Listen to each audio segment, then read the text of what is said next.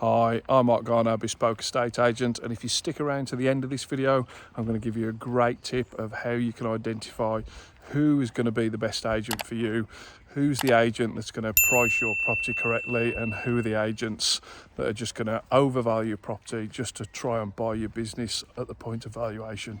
So stick around to the end of this video to find out more. Okay guys, so in today's video, I basically want to talk about price and the initial price that you start to market your property at. Now, obviously as human beings, we all want to achieve the best possible price for any of our own kind of products, our own investments, our own property, so to speak. But on the flip side, as a buyer, we're always looking for the best possible deal. Now, when it comes to setting your price, the current market conditions, they're not the best at the moment. Mortgages and interest rates are on the increase. There are still buyers out there, but it's mainly first-time buyers. There are some second-time buyers, but they are being a lot more picky and choosy, and a lot of them have decided to kind of hold off at the minute due to what's happening with interest rates, and because they don't need to move. Moving for them is just a luxury unless they're relocating. So I just want to touch on why it's important that in a more normal market towards a downwards market, you've got to get that price correct.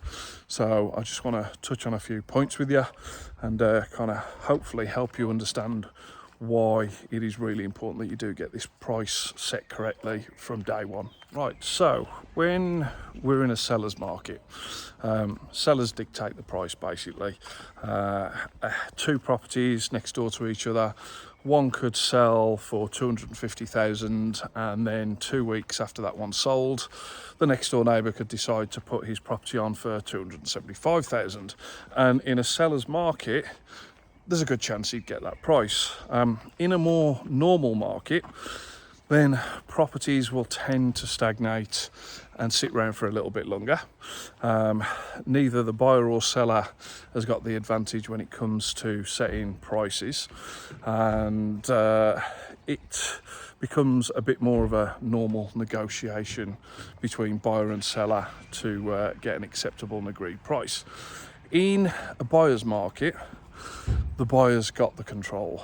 They know that there's more property out there than what there is buyers, and they're going to come in with cheeky offers. So this is why it's very important that you understand the current market conditions that you find yourself in, so that you can decide how best to set the price of your property going forward. Okay, so when it comes to attracting potential buyers and setting the price of your property, it's like anything else. If you are looking for a certain product, and let's say in one of the big supermarkets, you can get this product for £100, but down the road, you know you can get this product for £90. So when there's an undersupply and more demand, prices are going to go up. When there is an oversupply and less demand, prices are going to come down. So as prices do start to adjust and you get people that are undercutting, then as soon as people know that they can get something for cheaper, they're going to go to that place first. And it's the same with property. If you overprice your property compared to what else is on the market around you, then buyers are very smart. They know value for money. They know how far their book can stretch, and they're going to go for the other properties that are on the market. This is why it's really important that in a changing market, you get ahead of that price curve and price your property so it looks competitive against the other properties that are currently on the market of similar size, similar amount of bedrooms, similar location around you. If you show that your property is good value for money, then the chances are you're going to get more people wanting to book viewings, and once you get more people wanting to book viewings, then the potential then is getting more offers on the table. All you need is two willing buyers to compete against each other to help drive that price up. Okay, now if you overprice your property and it's sitting there and you're getting very little viewings and you're not getting any offers on the table at all, that the longer that goes on, the truth is that it's going to hurt your chances of selling. You'd be better off taking it off the market, leaving it off the market for 14 weeks, because that's how long it needs to be off the market for Rightmove to see it as a new listing when it comes back on, and price it properly the second time round. Leaving it on the market overpriced for 6 months to a year, buyers are going to be thinking, why has nobody bought this property? What's wrong with it? And they're going to want to stay well clear of it. So do not overprice your property and let it sit there for months on end.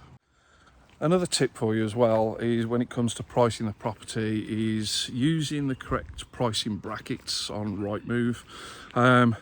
Up until 300,000, you're looking at 10 grand price bracket increases.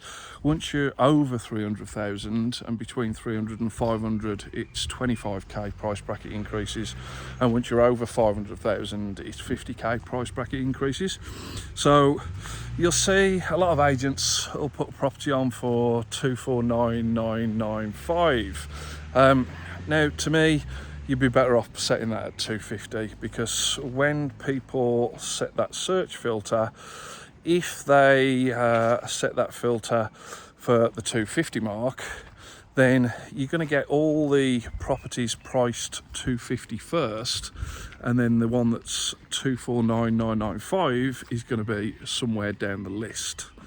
That basically means that your property's not getting seen as much as what those properties that are priced at the more round numbers at the price brackets are gonna get views, basically. So try not to use kind of weird numbers when it comes to setting the price of your property. Make sure you're using those price brackets to set that price. Okay, and another tip is make sure you're getting the help of an agent that has got experience. They know the market, they know what they're talking about. They're not in the property to kind of buy your business. They're not firing valuations at you just to win the business. Like I said, if you accept an agent that wants to market it for 20 grand more than it should be marketed at, it's just going to sit there for months. It's going to do you no favours, and you're going to end up accepting a lot lower price further down the line anyway. So get somebody that's going to price it competitively against what else is on the market, so that it gives you the best possible chance to get as many viewings in there as possible, creating that urgency from the buyer's point of view, and basically inducing some offers from those buyers. As I said previously, you just need a minimum of 2 buyers to compete against each other to help drive that price up. Now, as I said, I was going to give you that tip to identify who would be the best agent for yourself.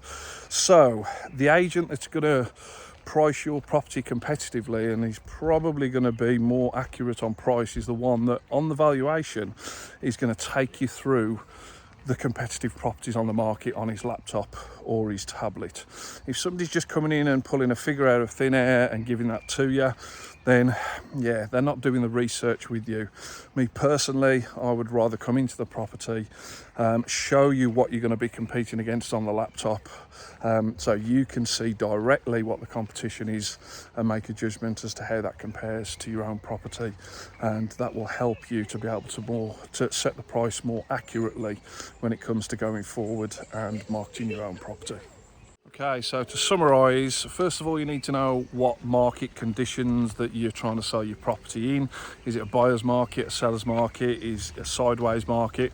You then need to know what the competition's like that's very similar to your property. So you need to be looking at properties that are of a similar size, similar amount of bedrooms, in similar location, with a similar kind of condition, and make sure that you're marketing your price competitively compared to those other properties that you're going to be competing against on the market. And also make sure you use an agent that's looking out for your best interests. Don't just go with the highest valuation, because generally they are just trying to buy your business, and they don't care if your property sits there for 3 or 4 months, because they'll just come back to you then and say, oh, the the market's changed, we need to lower the price of your property, and that's just going to have a negative effect on your property sale going forward, because as I say, the longer it sits there doing nothing, the more buyers are asking themselves, well, what is wrong with this property? Why are other people not buying it? So that's it from me. If you do want to know any more about the Telford area, buying property in Telford, selling your property in Telford, if you've got any questions on today's video, hit me up on the social media channels where this video has been posted. You can contact me on 077 89 647 226. My email is mark.garner@exp.uk.com. So that's it from me, guys. I'm going to enjoy the rest of my walk, and I'll see you in the next video. Peace out.